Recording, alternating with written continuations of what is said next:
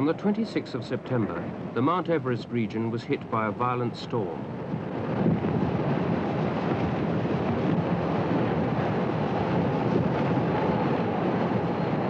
That night, a huge slab of ice broke away from the ridge facing the southwest face of Everest and crashed down into the valley 4,000 feet below. Half the tents at Camp 2 were flattened by the blast. The 1975 British Everest expedition was over. The leader, Chris Bonington, ordered the mountain to be cleared.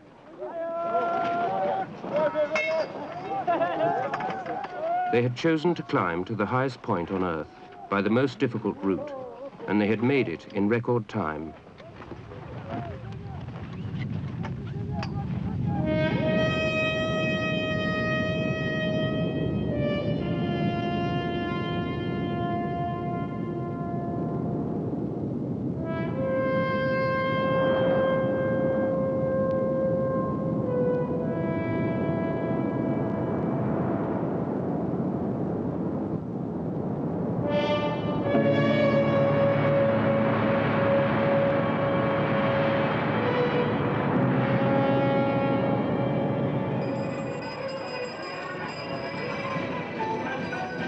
In the steady monsoon rain, Kathmandu ceases to be a mecca for hippies.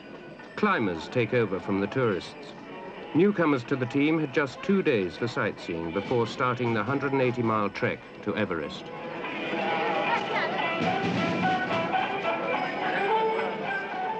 They had been chosen for the biggest, best equipped, most experienced expedition ever to leave Britain for the Himalayas. 6 of the 18 climbers had been high on the southwest face of Everest before, where 5 previous expeditions had already failed.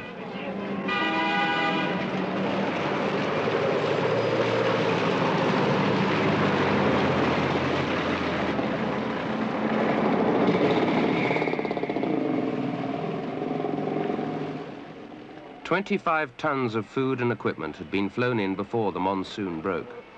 Now all planes were grounded by the weather, and the expedition needed 100 porters to move them to the mountain. Throughout the expedition, Chris Bonington was to carry a small tape recorder, which he used as a personal diary. It became a unique record of his thoughts and feelings from day to day. I don't think there's any danger of ever having leadership by committee. I don't believe in it. And anyway, the team is so large that you can't really have a discussion, and people don't seem to want to discuss. Of course, though, if there's a strong consensus against what I say, I think that this is going to emerge in a troublesome sense later on. I think this is where I've got to be very receptive to the feeling of the team, so that I can basically sell them effectively my ideas and make them feel and believe that these are ideas that they have taken apart in actually forming. I think the moment one tries the old military type leadership, I don't think it can work. I think this slightly more subtle leadership, which I think can be just as positive, and in fact needs to be as positive, is what we really need on this expedition. Anyway, we'll see how it runs out later on.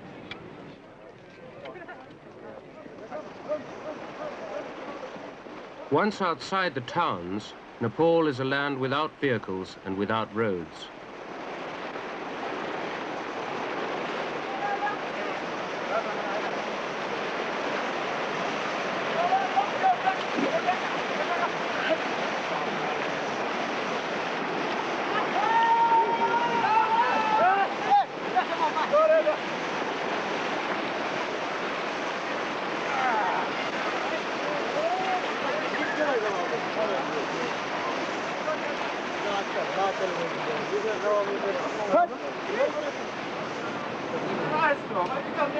No, we drunk it all, you bastard.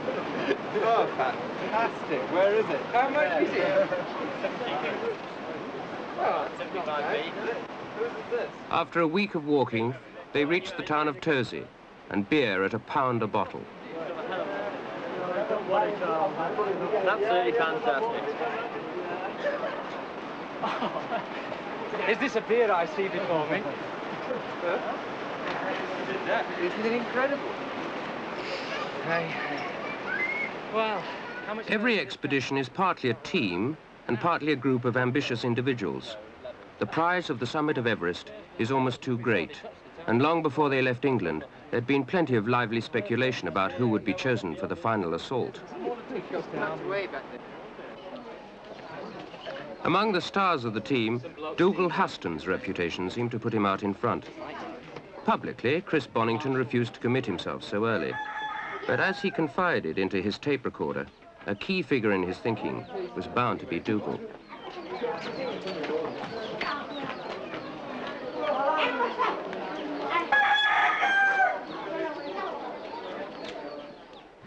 He reckons he wants to get to the top. He reckons certainly that he deserves the top and that he's certainly the best person to go there. I'm inclined to agree with him. Dougal did raise the point, wouldn't it be the ideal if he and Doug Scott were paired up? I countered this there with the fact that I couldn't possibly put the strongest pair together right at the beginning. I'd much rather Dougal making his summit bid, as I think he probably will be in a position to do it, in conjunction with someone like Tut Braithwaite. And it's simply a matter of making sure he has partners who are not going to let him down. For Doug Scott, this was his third attempt on the southwest face of Everest. I mean, when you're here, you want to be at home. And when you're at home for 3 days after the trip, you're about ready to go back again. At one time, I thought it was a paradox that I got to live with. But it's not. It's just a fact of life that when things are comfortable, you want them. A bit of adventure. When you've got adventure, you start thinking about comfort again. And it's something you just have to live with.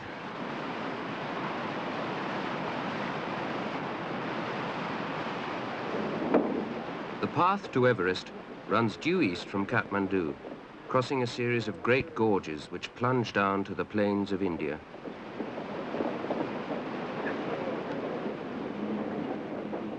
The route lay across steep ridges, sometimes as high as 12,000 feet.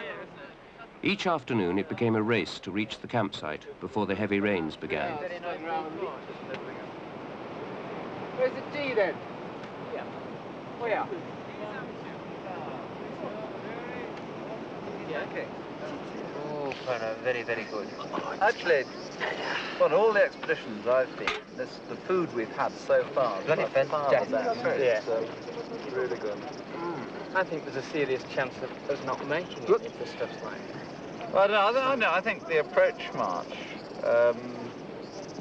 gives one more of a chance than anything to get really fit. I wouldn't miss it. But this is so different from last time, isn't it, Nick? I mean, last time we had the first day was fine. It rained almost. And it rained every single day until the day we got into Namche Bazaar. And everything was wet, you know, and it was a real hassle. Failed. Yeah. Pretty bad for India, but it's not bad for the Everest expedition. We're round about the same as the Japanese were in 1973. But they, of course, were caught they ran out of good weather on about the 3rd of October. And by that time, in theory, we could be in a position to make a summit bid. But that depends on the kind of weather we get in between. For the final stages of the march, the expedition was going to need 100 climbing Sherpas and as many as 400 porters. To control this small army, Bonington had gone against local tradition and appointed the youngest Sirdar ever to go to Everest, 28-year-old Patemba. Patemba's terrific. He's totally and absolutely one of us. He's a real climber. I must say, it'd be good if him or one of the best Sherpas gets to the top. I'm sitting and trying to fix it that it happens that way. Bra.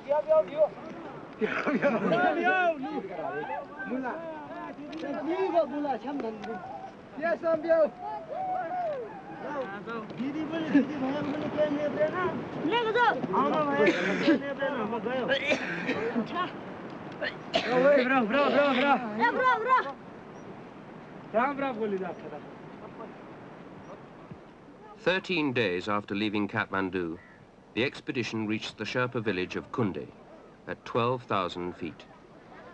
I don't think there should be too much risk of any of these bottles being blown. Do you, Hamish? Well, we'll soon find out, won't we? Their first concern was the state of the oxygen. 5 bottles had blown inside the lorries on the long journey from England, There was a real danger that the rest might have suffered as well. Quite easy. Do you open it? I can just throw that in there for the... Where are the stuff bags?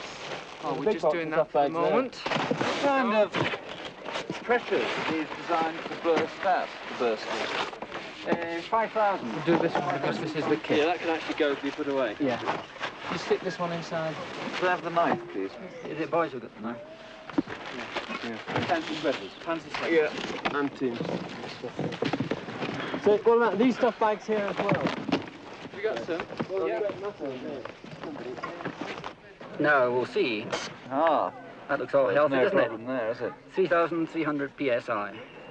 But when I heard that those 5 bottles had blown, of course, having actually supervised the packing, I thought, my God, That's what I thought. was it my fault, you know, that the things had That's it, gone? Lees. How were they packed? Yeah, I know, right. So thank God it wasn't there. If the rest of the bottles had been faulty, then the expedition would have ended here. So, we'll chat.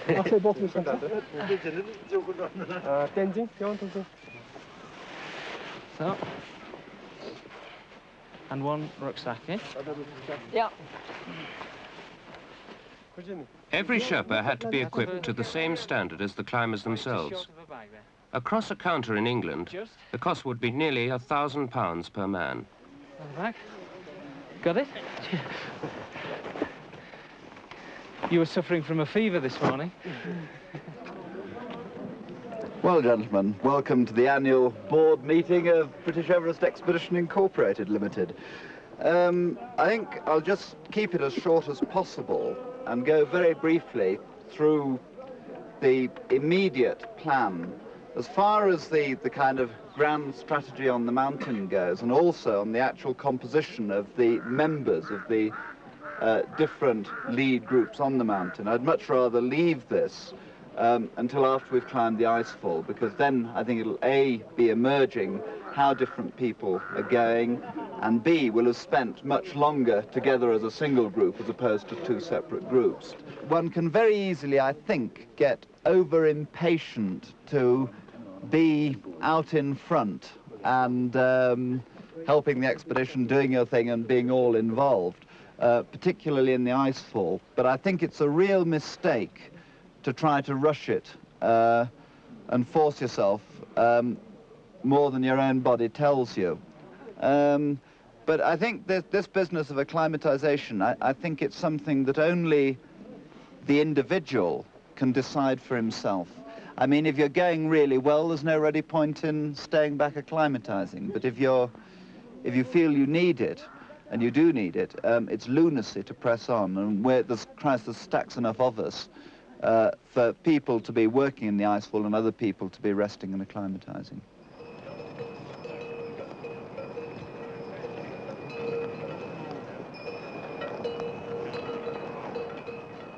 Long before climbers began to come here, even before it was known to be the highest point on Earth, Everest was already a sacred mountain. Perched on a ridge at 13,000 feet stands Tangboche Monastery, once one of the most important in Nepal.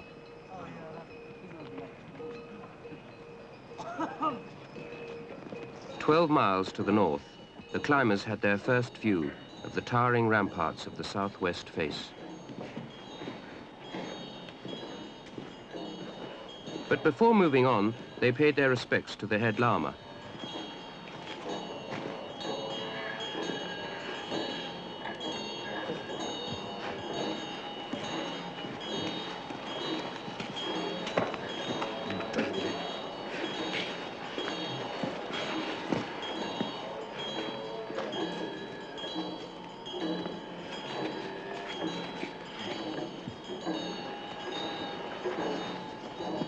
So we should like to present you on behalf of the expedition, from all the members, climbers, as well as Sherpas, these small tokens of our respect for your monastery and yourself.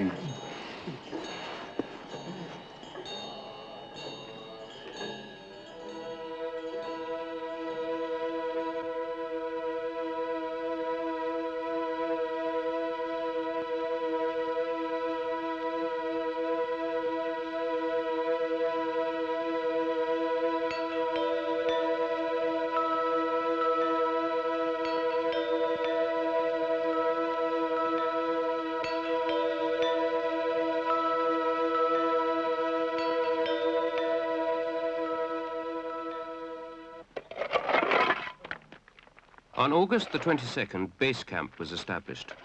Built amongst the rubble of the Khumbu Glacier at nearly 18,000 feet, it looked on that first day about the most desolate place on Earth. I must confess I feel somehow a little, almost frightened, I think.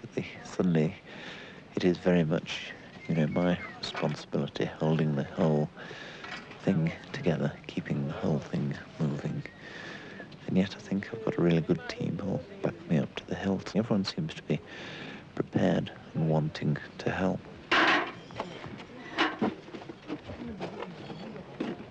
Ready? To reach the southwest face, a route had to be found from base camp up the Khumbu icefall to establish Camp 1 at 20,000 feet. The icefall was potentially the most dangerous area of the whole climb, a frozen cataract, 1.5 miles long, composed of gigantic blocks of ice and slashed by deep crevasses.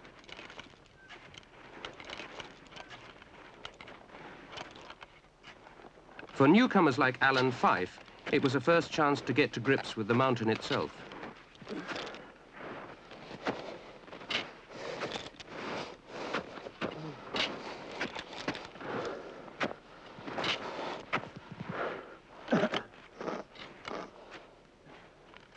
Base camp was rapidly growing into a canvas shanty town. I'm afraid not. Your wife is living it up in the south of France.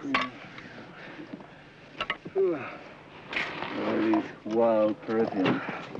How'd it go anyway? Well, you know, it's easy a little bit. Well, I think probably it's certainly going to take us tomorrow. Right. And I think it could be another day, in fact. Oh, before we've got the yeah. Oh, good grief, look at that. Oh, God, that's good. And that's coming straight down your line, I think. I think whatever we do, we just must work right across to the right.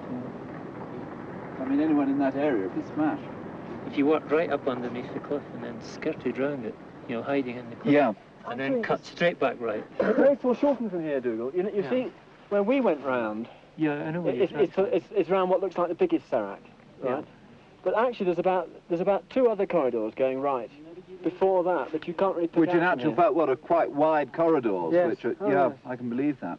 I think in a way, a single Serac, I mean, is less threat than at the present, Yes. that big avalanche bowl, which... Here's another one coming, I think. Where's that? That's from somewhere really high up. Yeah. You really needed ladders behind you all the way, didn't you? Yeah. Now, do you have the bolts, Chris? Thanks. Once the best route had been found, the next step was to make it safe for the Sherpas. Down here, middle section. If Siler can stand at the other side, I think he'll be better. Good. Do you say pterodactyl was the thing, Alan? Yeah, pterodactyl, get the plates off. But remember, Dave, Yeah. put a bolt in To stop so that it moving. you don't lose the centre section. You shouldn't have to take any nuts off. Oh, what do we... How do you get the plate off, then?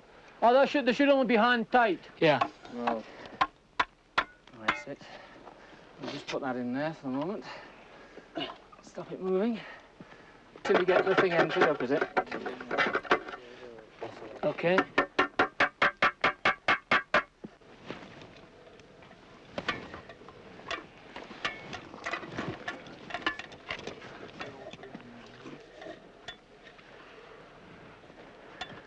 Okay. A week after this ladder was secured, it was buried under the debris of a huge avalanche which came down from the west shoulder of Everest, sweeping away 400 yards of the carefully prepared route. Hold it. When we'll push down and you heave up, eh? 1, 2, up, right. We can't give you much more, really. that's about it. Down at base camp, Chris Bonington suddenly found himself at the center of an impromptu ceremony. Petemba poked his head through the door of the big box tent and said, "Ah, Barasab, you're needed."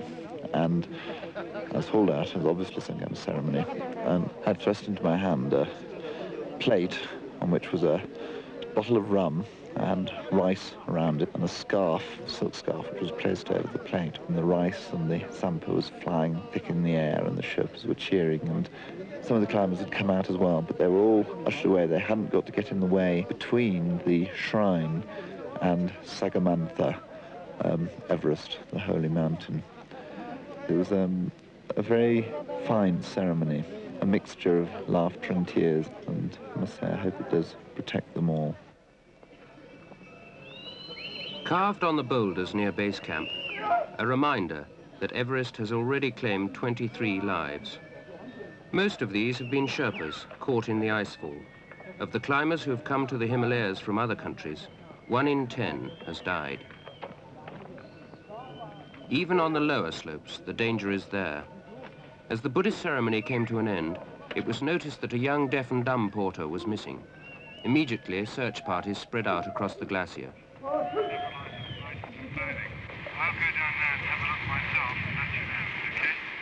Roger, you're a bit indistinct. I understand that there's no sign of him, but there's bits of his clothing by the stream. Is that right? Over.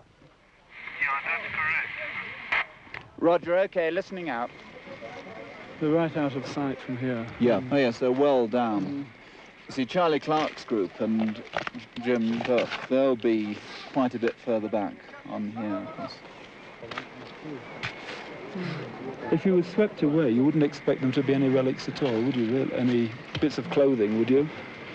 Well, this is odd to me, actually. One just can't tell, you know, until one hears. The trouble is, there are odd bits of, you know, bits of stuff all over the place. All over the ruddy place. So whether this is a false alarm or not, but... Can they drop their headbands immediately in an accident? I should have thought... Yes. Oh, yes, they could do that. I mean, you know you can't with a rucksack, can you? But if it's a strong flowing stream, and if you're, you know, if you're deaf and dumb as well, the whole situation must be that much kind of hideous. Yeah. But it's odd, I mean, Sherpas don't usually take off their clothes just like that, you know, crossing a stream or anything else. But if he did that, he wouldn't, that means he must have dropped his load as well. Hello, Adrian, come in, over.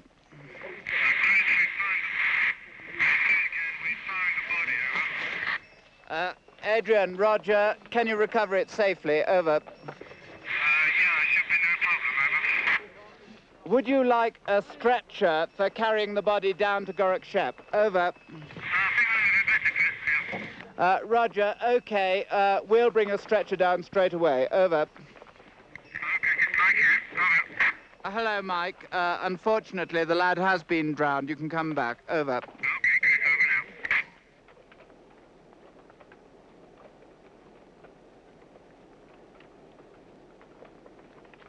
One can't help asking oneself, are these big climbs worth the loss of life? I know my own fellow climbers, and I know myself, felt this was very much an expedition accident, and somehow was worse than if it was the climbers or one of our Sherpas, because the poor lad didn't know what he was doing and was such a helpless pawn, really, in the event. But I think everything goes on. The drive to climb the mountain is as great as it ever was. Our determination is as great as it ever was. And this expedition, on as it goes, there'll be really good moments, really happy moments, really wonderful moments, and there'll be some very sad moments too, perhaps. I just pray to God there isn't another accident. The very next day, following the accident, news came through that Camp 1 had been successfully established. Roger, that's really good news. That sounds grand. In that case, I see no reason at all why we shouldn't do the move as planned with 24 Sherpas, myself and Adrian coming up tomorrow. Do you know when Hamish and Dougal are planning to drop back? Over.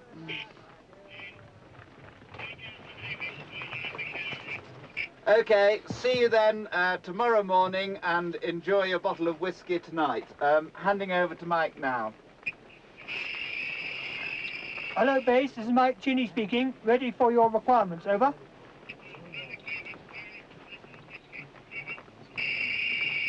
What's that? More whiskey? 1 bot whiskey.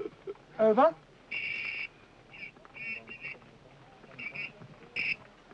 It came up this morning. Wait, I'll ask Adrian which packet was in. Nick Escort Wait. had it. Hello, the bottle of whiskey was with Nick Escort. With Nick Escort. Over.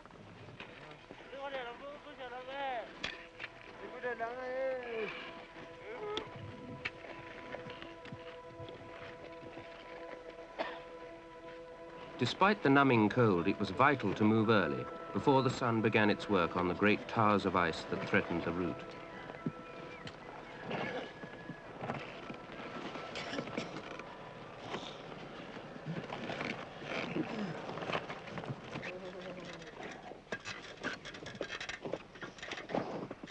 The entire icefall is moving at the rate of 2 feet a day.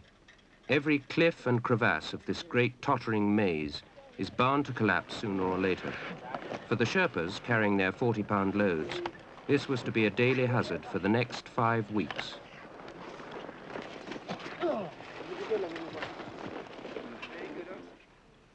During the Japanese expedition in 1969, 6 of them were killed in a single catastrophe.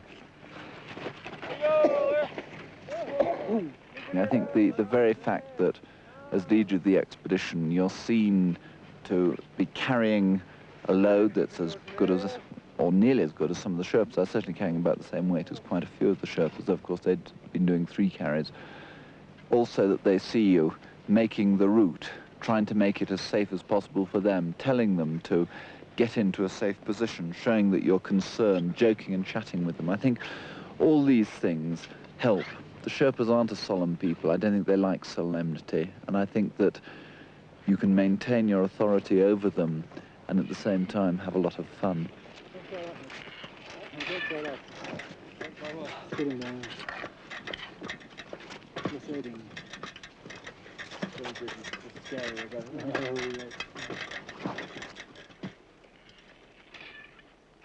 At this stage, Doug Scott, amongst others, was beginning to feel the frustrations of working in such a large team. It's a very strong hierarchy set up here, and he is very much the leader. However much you might say he's coordinator, he is the leader. And it's just something within my nature, and I suspect Mick one to the rest of us. But there's a kind of shop floor mentality develops. Them, the leaders, the foremen, bosses, and us. And however hard you try to suppress it, I think this comes through.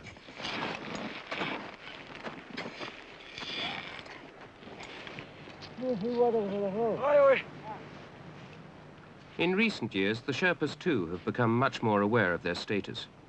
They run great risks for less than £1 a day, and several Himalayan expeditions have ground to a halt simply because the Sherpas lost confidence in the leadership. But this time, there was no doubt they had complete trust in Bonington, and they showed it by the way they worked.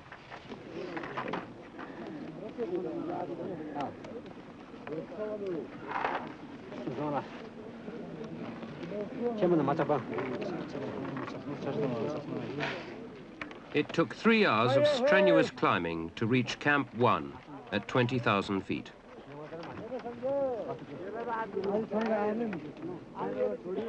From here, the real Sherpa elite, the high-altitude porters, took over. Many of their fathers and grandfathers had been on earlier Everest expeditions.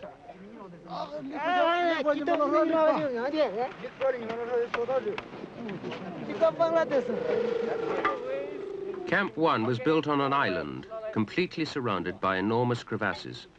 By the end of the expedition, some of the tents had almost disappeared under the ice.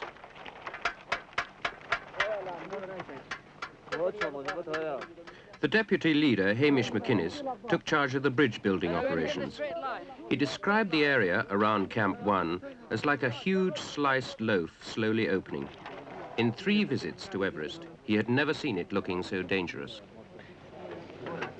Tell them to come down with it.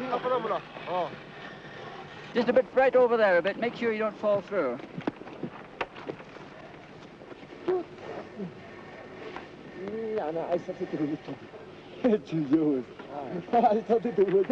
What about down there? No, put one more section on ankle. While the route was being engineered, Dougal Haston and Doug Scott were out in front, beginning to form a partnership. Oh, wait a minute. Can we get the Sherpas right up over the bank there so we can pull the ladder? With the rope, okay? Yes. Okay, slowly.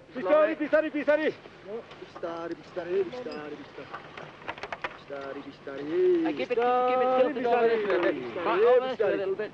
Bias forward to the left. Thank you. Over the left. Don't go too much. Let it go over a bit. Right, okay. Turn it over now. Twist it now. Twist it.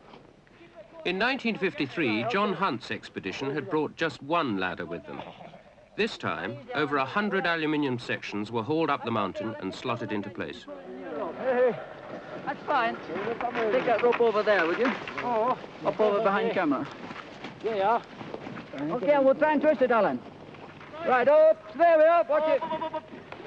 There you go. That's fine. Oh, great. Shabash. For Mick Burke, this was his second visit to Everest as cameraman and lead climber. Hold it, Mick. Hold it. This rope's dangling.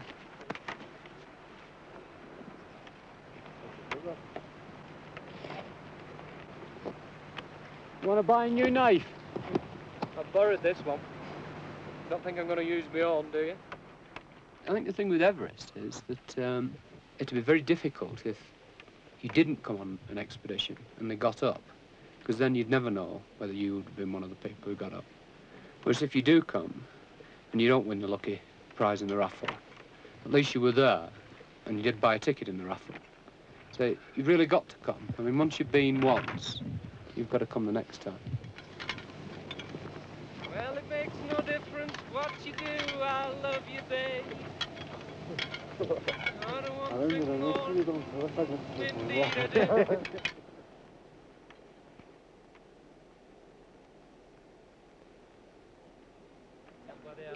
By the 29th of August, most of the team were back at base camp.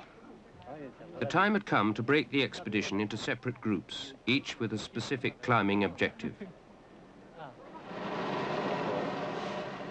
For some, it was to be their last chance of a good meal of fresh vegetables and yak burgers, the speciality of Perna, base camp's resident chef.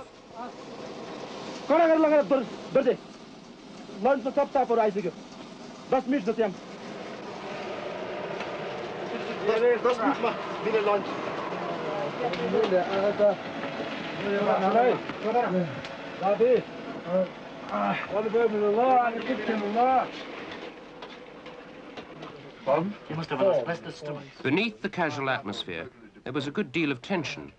They all knew that their chances of reaching the summit might well be decided in the next few minutes. Managed to force in another fish cake. A few more. Or a quarter of one, anyway. Oh, clever bit of attention, please. I spent the last 3 days just about playing around with a permutation of names to sort out what seems to be the best, fairest and pleasantest allocation of roles up to Camp 4. I certainly don't think we want to think beyond what's going to happen at Camp 4, because so many other things can alter as we go. But as far as the run out to Camp 4 goes, of course we've got Hamish and Dougal, Doug and Alan, with Mick Burke filming, up at Camp 1 at the moment, pushing the route through to 2. As soon as they've pushed the route through to 2, Ronnie, who's going up to Camp 1 tomorrow, will join Doug and Alan and Mick to form kind of the first group, and they'll push through to 2 and push the route through to Camp 3. They'll then come back here, if they want, and I should imagine they will want, for a rest before coming back up again. The next group, I've called it the B team, which will be pushing the route out from 3 to Camp 4, will be Nick and Tut with 2 Sherpas. The reason why I've put 2 Sherpas in with them is that it's a particularly long run, requiring, in fact, quite heavy loads carried by the Sherpas. And Patemba, could you picked two really good Sherpas to go with Nick and Tut. From Camp 1, a way had been found up the Western Coombe, and Camp 2 was now established at 22,000 feet. From there, the expedition planned to make 3 camps on the southwest face itself, starting with Camp 3 at 23,000 feet. This site was later abandoned in favour of a slightly higher Camp 4. The route then led up the Great Central Gully to Camp 5, precariously perched below the rock band at almost 26,000 feet.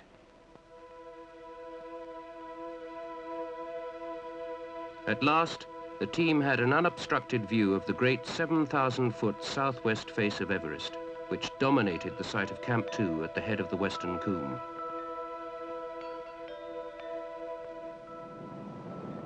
Snow conditions looked very dangerous.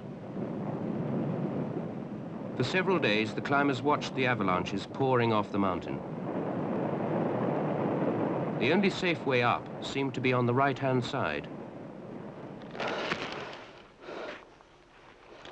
With Doug Scott in the lead, climbing on the face itself began.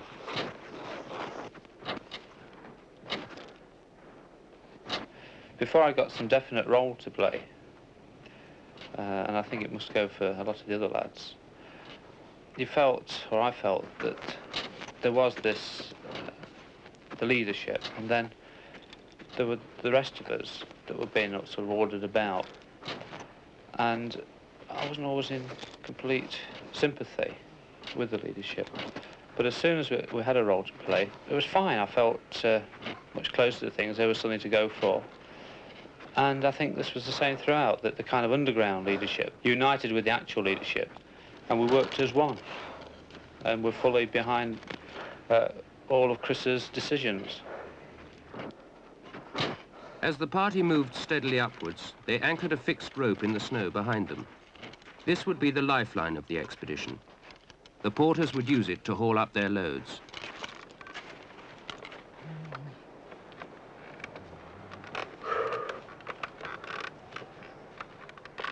At 23,000 feet, they came to an overhanging rock.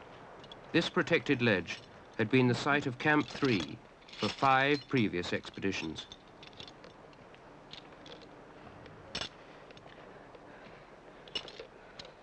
All that remained were a few old ropes, some tins of Japanese bean sprouts, carabiners and long metal ice screws.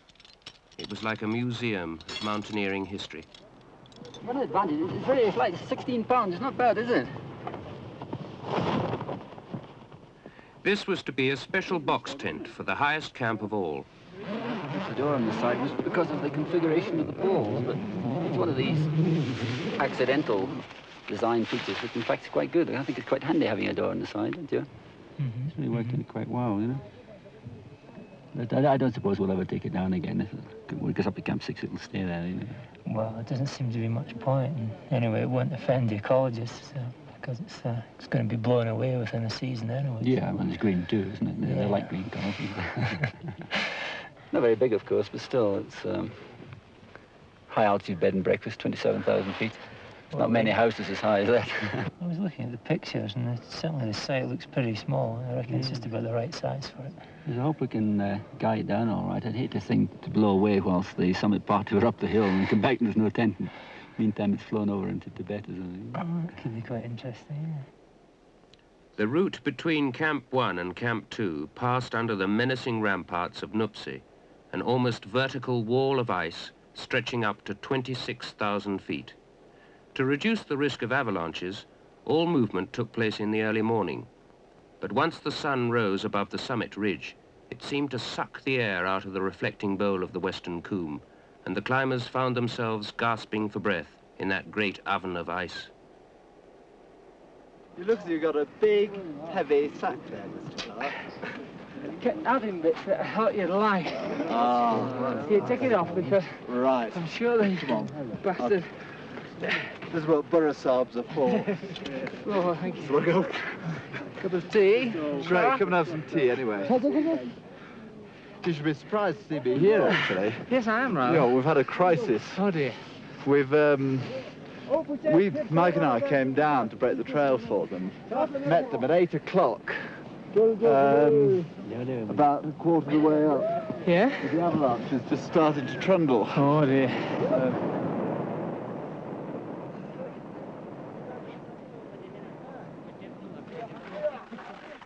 But for Bonington, the monsoon had one enormous and unexpected advantage. He found he could count on clear, windless mornings to move up supplies before the regular afternoon snowfall. Not a single day had been lost through bad weather, and incredibly, he was 3 days ahead of his most optimistic forecast.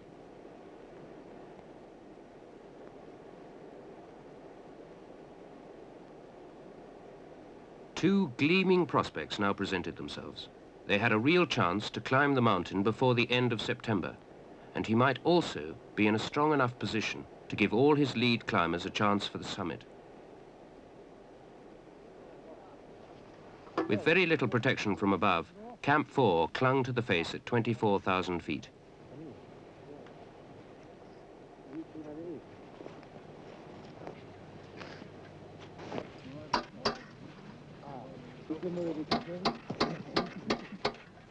Almost as soon as it was established, a snowslide crushed one of the tents. To prevent it happening again, sheets of toughened nylon were stretched over the roofs so that any further falls of ice or rock would shoot right over the top.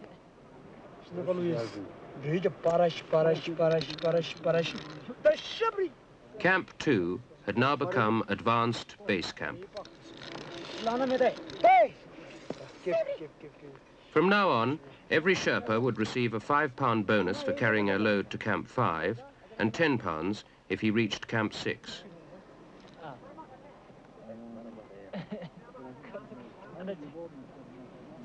I think one of the things that is somehow touches me most of all is the acceptance of my command that these really great mountaineers, because Dougal is a great mountaineer and so is Hamish, and it really, I think it brings the best out of you. I feel a strength in me that I somehow sometimes doubted that I had before the expedition, when I went into the kind of absolute blind stage fright, almost terror of this giant responsibility that I've built up for myself. And yet, I think I have got that strength. I think that whatever happens on this expedition, I think I can bear this expedition. I think I can bear all the problems, all the tragedies that could, that God, they don't happen. That afternoon, a Sherpa was brought off the mountain. And that demand valve's working all right, I think, isn't it, PT? It's on 4, it's fine. Great. Nima was very breathless a few hours ago, blue, coughing a lot, and really looked extremely unwell. We've had him on oxygen, on a demand system, and already he's very, very much better, relaxed, able to sleep, and I've no doubt that he'll make a good recovery. Normally, we'd try to get the patient down to a low altitude as quickly as possible, but it's now late afternoon in the Western Cwm. It's thick cloud, and there are a lot of avalanches coming off Nuptse, which may cover our route. And I felt that really, as he's made such a very good recovery on oxygen, it's better to weather it the night, give him drugs if necessary, and then take him down tomorrow morning to Camp 1, and then to base camp through the Khumbu Icefall. Anyway, you all right now? Sunday the 14th of September at just about 2:30 p.m. We've just had the 2 o'clock call, and Dougal has just let me know that he thinks he's found the perfect campsite for Camp 5. It's quite different, though, from what we'd originally thought. It's on the right-hand side of the gully. I suppose it must be about 1,000 feet above the original site of Camp 4. It certainly requires quite a lot of different thinking We could see them today. They were tiny little black dots moving very, very slowly, seemingly, up the big central gully. There was Dougal, Martin and Pete, supported by Ang Ferber and Tan Singh. I think they were quite a long way behind them. Unfortunately, Hamish was forced to return. He got himself involved in a powder snow avalanche very early in the morning. Apparently his oxygen system hadn't been working properly either, and he got back down seemingly quite badly shaken. A lot of powder snow had actually got into his lungs. For Hamish McInnes, it proved to be the end of his active participation on the climb.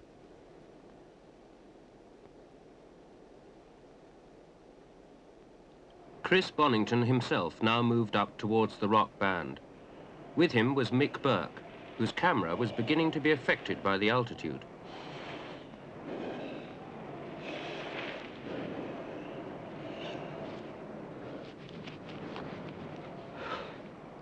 For the next phase of the climb, Bonington based himself at Camp 5. He had already decided that it was not the job of the leader to make the first summit assault, but he wanted to keep in close touch with the climbers who were forcing the route.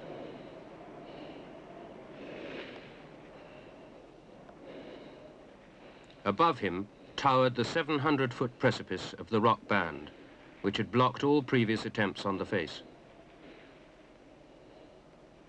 From his previous experience in 1972, and from studying photographs of the face, Bonington knew that the only possible route up the rock band would be one of the gullies at the left-hand end.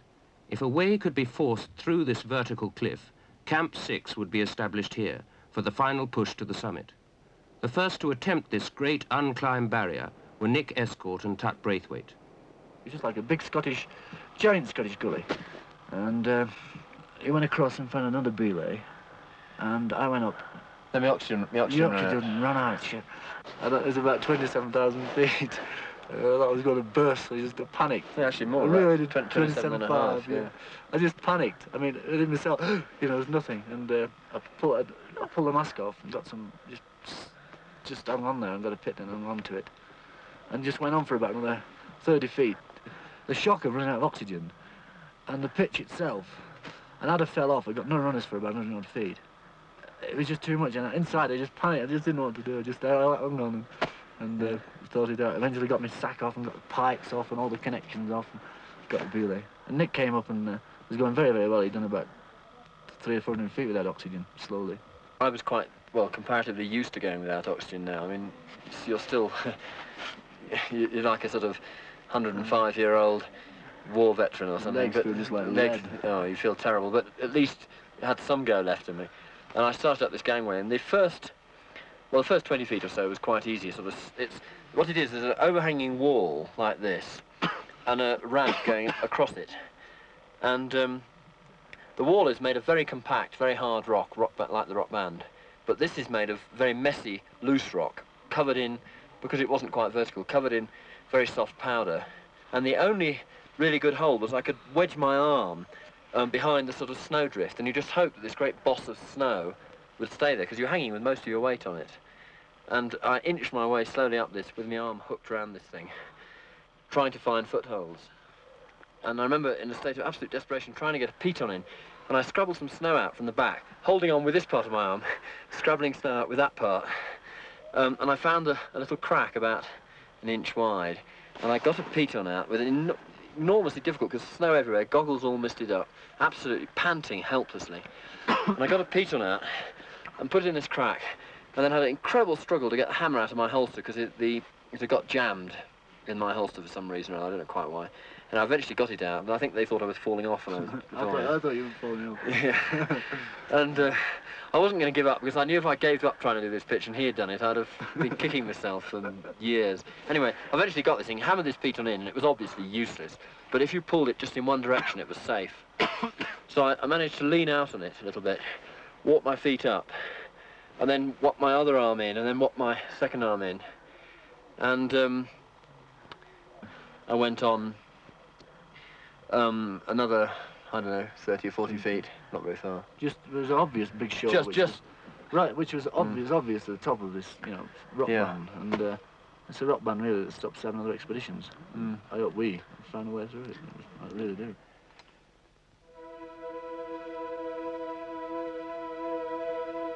After 9 days above 25,000 feet, Bonington himself was close to exhaustion, but a year of planning and effort was approaching its climax. They were ready for the final assault.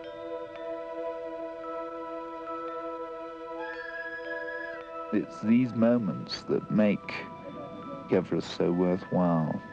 I think there's the tightness of the teamwork that we've managed to achieve, the friendships that we've managed to build, the fascination of the organization.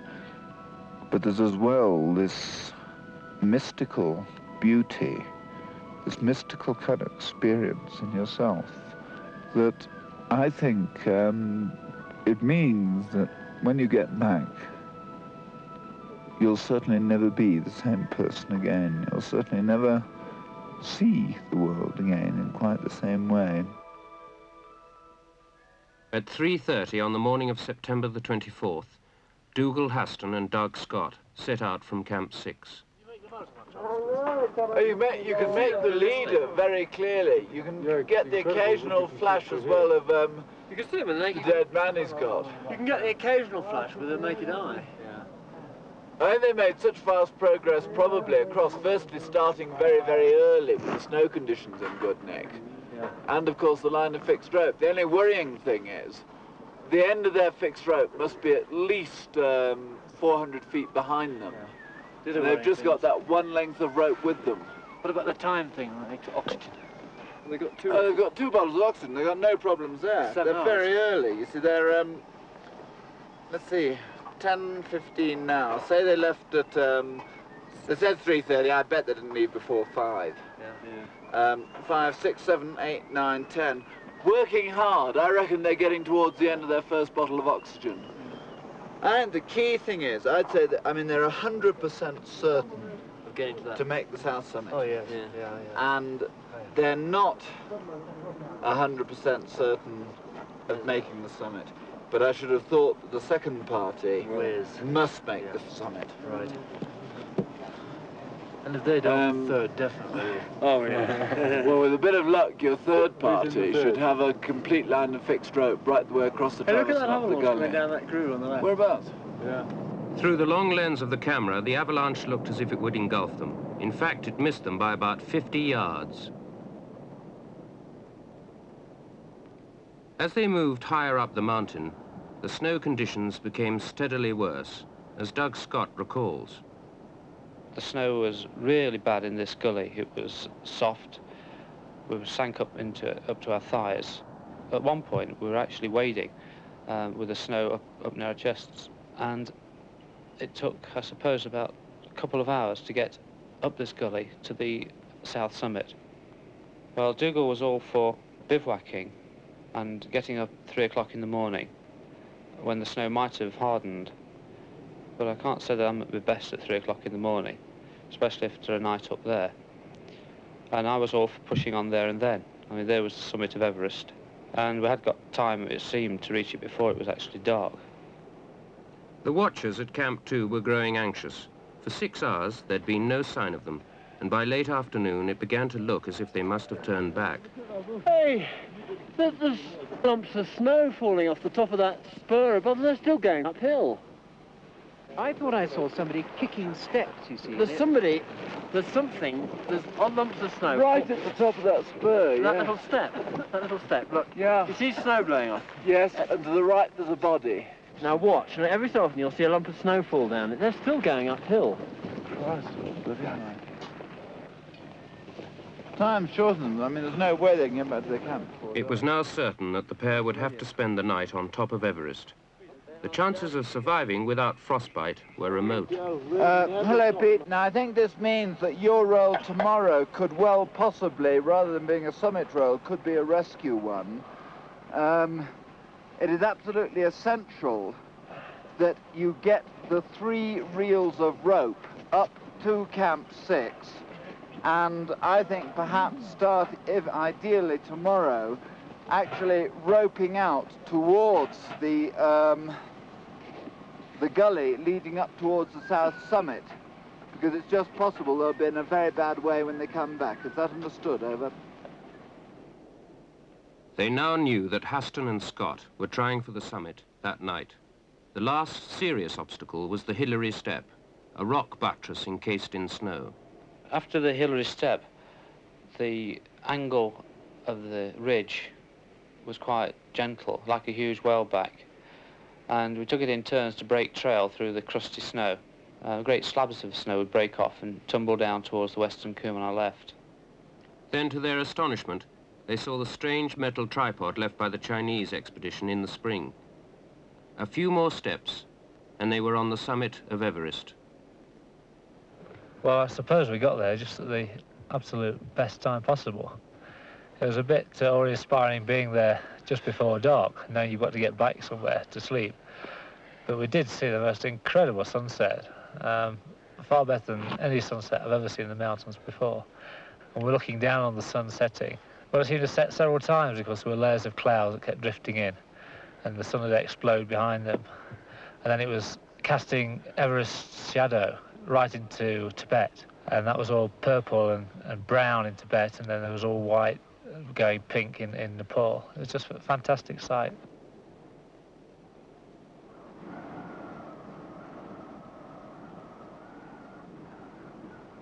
Next morning, at Camp 2, they still had no idea whether the two men had reached the summit or perished in the night. Then at 7:30, the radio crackled into life. Hello, Doug. It's great to hear you. Did you make it? Over. Yes, we still on top of Everest, 6 o'clock last night, just as the sun was setting. Fantastic evening. Wonderful, Doug. Congratulations from every single one of us. How are you? How are you? Over. Roger, okay. Do you think you've got any frostbite? Over. No, I don't think so. We had a very miserable bivouac and down summit last night. Well, that really is wonderful news, Doug. The other lads will probably be with you very soon. Do you want to, why not put a brew on now, get yourselves warmed up? We're on Open It, we're listening out the whole time, so as soon as you've got yourself sorted out, you can come back to us. But meanwhile, congratulations from every single one of us. Well done. As Haston and Scott prepared to descend from Camp 6, 8 more of Bonington's lead climbers were already moving up, hoping for their chance at the summit. It's a difficult problem for me now. We've climbed the mountain, we've got success, but obviously my other lead climbers want a chance at having a go at it. And each one of them is raring to go. So I think I'm going to have to, provided the high winds don't come in, and there's a sign both from the long-distance forecast and also the way the winds are scudding over the top of Everest and Lhotse, that the winter winds are beginning to arrive. But I think I've got to let them have their go.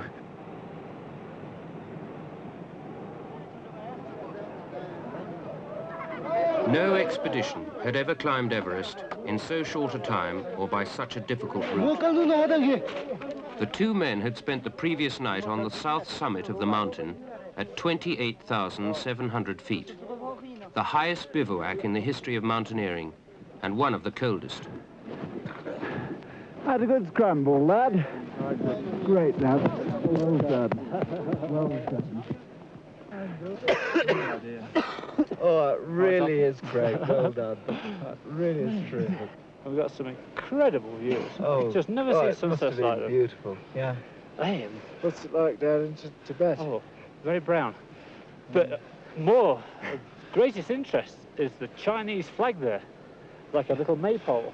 Objected at first, but when we realised it was Chinese, we thought, well, great. Yeah. I wonder how cold it was. Must have been in the -20s. We just didn't relax. The whole night was spent with the boots off. Yeah. Well, massaging your feet. Yeah, you knew if you slipped off this slumberland, your feet would go. And you kept your feet warm against each other's tummies all night, more or less. Playing around with feet and boots. Yeah. All works. I think Doug's feet were colder than mine. Well, I've never had a night like that one. It was every bone, every muscle was cold right throughout the night. In fact, we went on enlarging the snow hole just to keep warm. I'm too worried about it. Because that one looks a bit Yeah, bit as if it may form a black probably cap. got black and stuff. Look after it, but you obviously won't lose anything. And that one, much the same. And by that finger looks as if it's going to form a blister, doesn't it? Yeah. It had been Dougal-Haston's faulty oxygen set which nearly defeated the first attempt. By the time Martin Boyson checked his own mask for the second assault, only 5 of the original 18 sets were still working.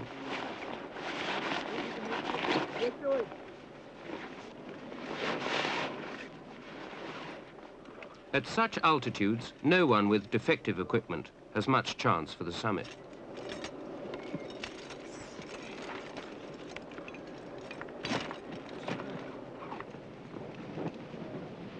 By the evening of the 25th, the weather was beginning to break.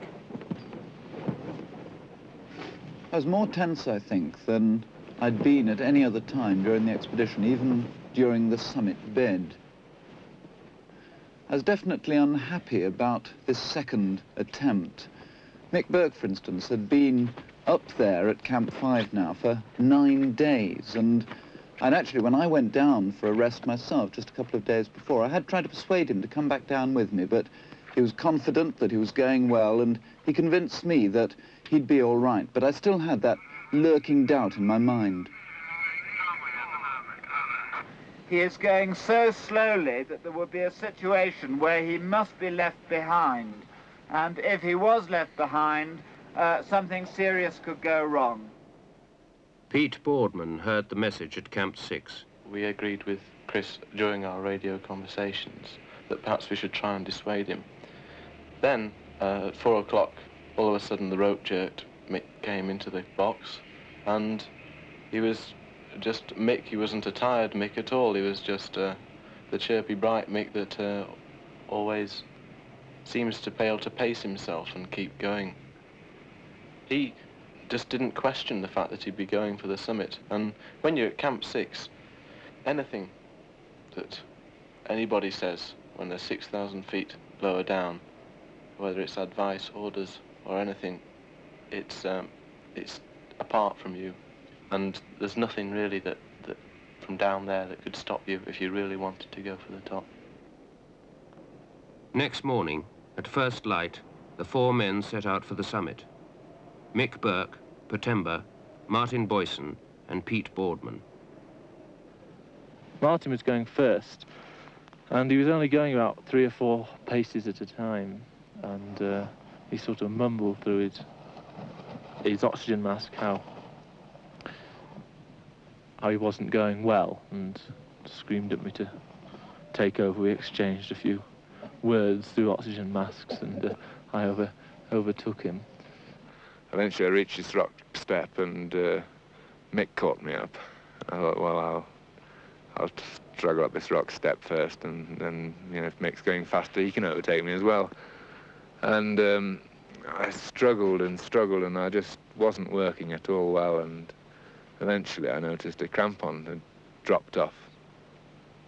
And then I noticed on my other foot that it was also without a crampon. So I in fact lost 2 crampons on this rock step. One I picked up, and the other one I just saw gently rolling down the slope. I thought, oh God, that's it. You know, I might as well turn back. And Mick, he saw this and said, oh, hard luck, old son. You know, that's it. Cheerio. And I said, well, I wished him good luck with as good a feeling as I could manage. And I staggered back in the dark to the tent, and the others went off. We just kept on plodding across. It's quite a long ascending traverse line towards the gully up towards the south summit. Fortunately, there was a nice friendly fixed rope over the rock step in which Dougal and Doug had left. I woke up about 11 o'clock, and might have been a bit earlier, And I looked out, very, very windy, and I could see two figures on the summit of the south summit. And I could see one figure some way below, going up to the south summit, which obviously was Mick. And really, I thought, well, that's it. They've cracked it. We still thought we got plenty of time to go on towards the main summit, and visibility still not very good all the way along there, about 50, 60 feet perhaps. But the sun was shining through the clouds, and there was no major spindrift covering our steps, so we thought we were still fairly justified in carrying on.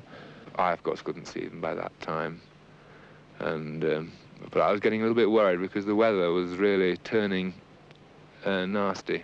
The wind had been getting up all day.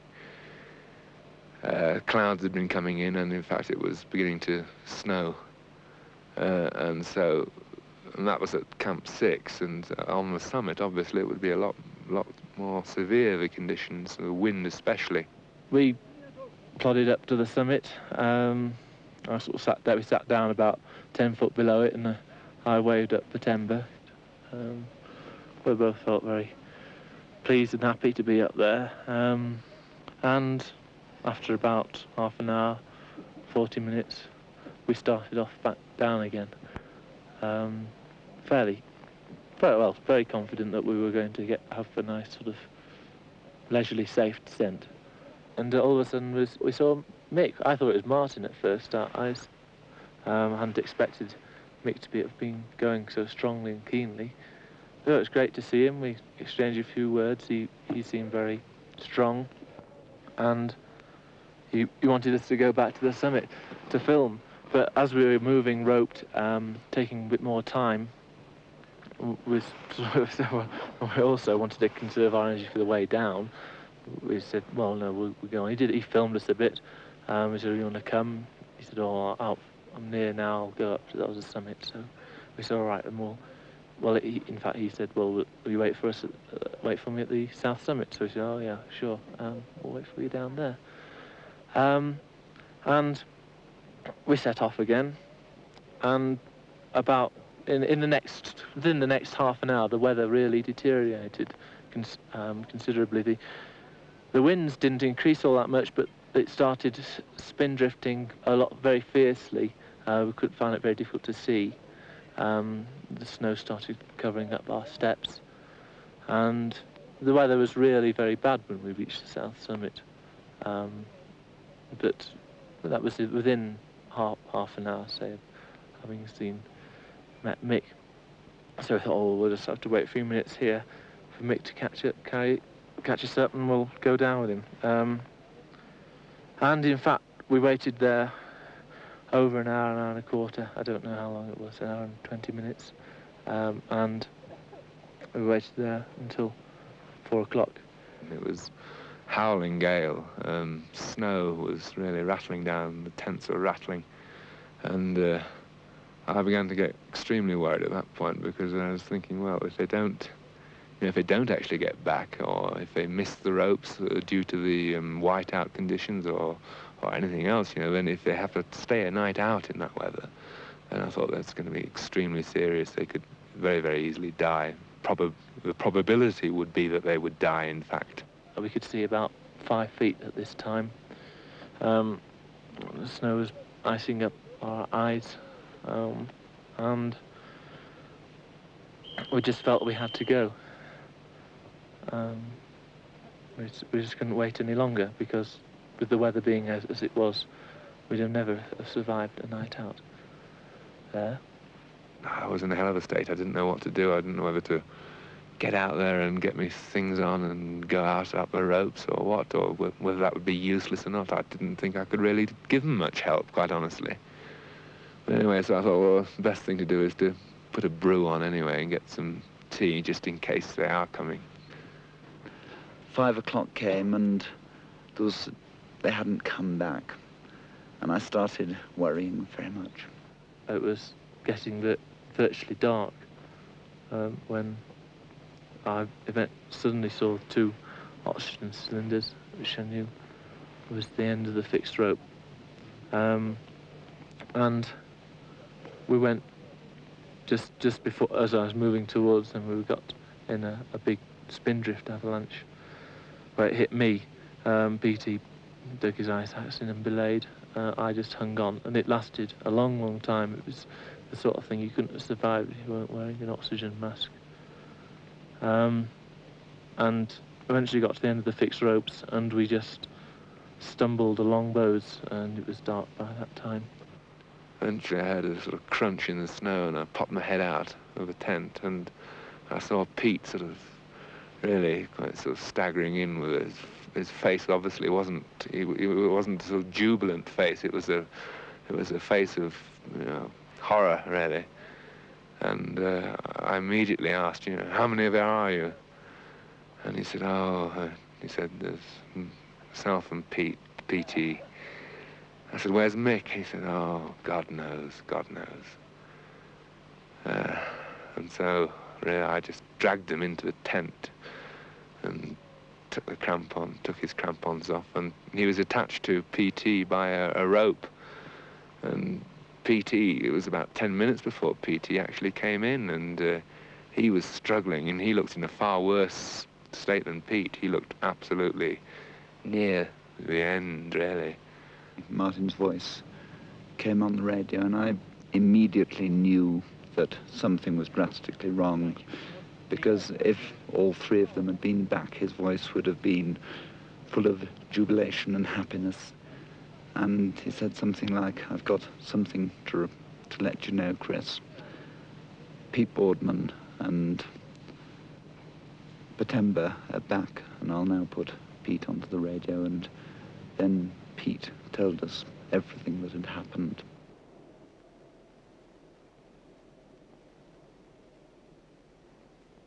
There was a strange mixture of emotions as they came back down towards us. I think there's no doubt about it that I think any of the lead climbers would have probably done what Mick had done and gone for the summit on their own, because everything seemed to be right at the time, and Mick just took a calculated risk that I think any climber would have done.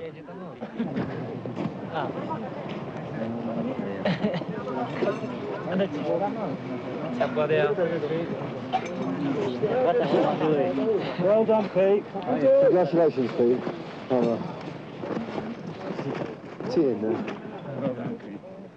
There was a feeling of very real sadness at the death of a good friend, but at the same time there was a deep feeling of satisfaction. We'd all put so much into this expedition. We'd had our previous attempt in 1972. We'd spent a year of planning, of real hard graft, of actually getting the expedition together. And then, of course, there was the climb itself, and I think everyone had pushed themselves harder than I've ever known before. But I think most important of all, we'd been a very happy expedition, and I think to me this was even more important than our success.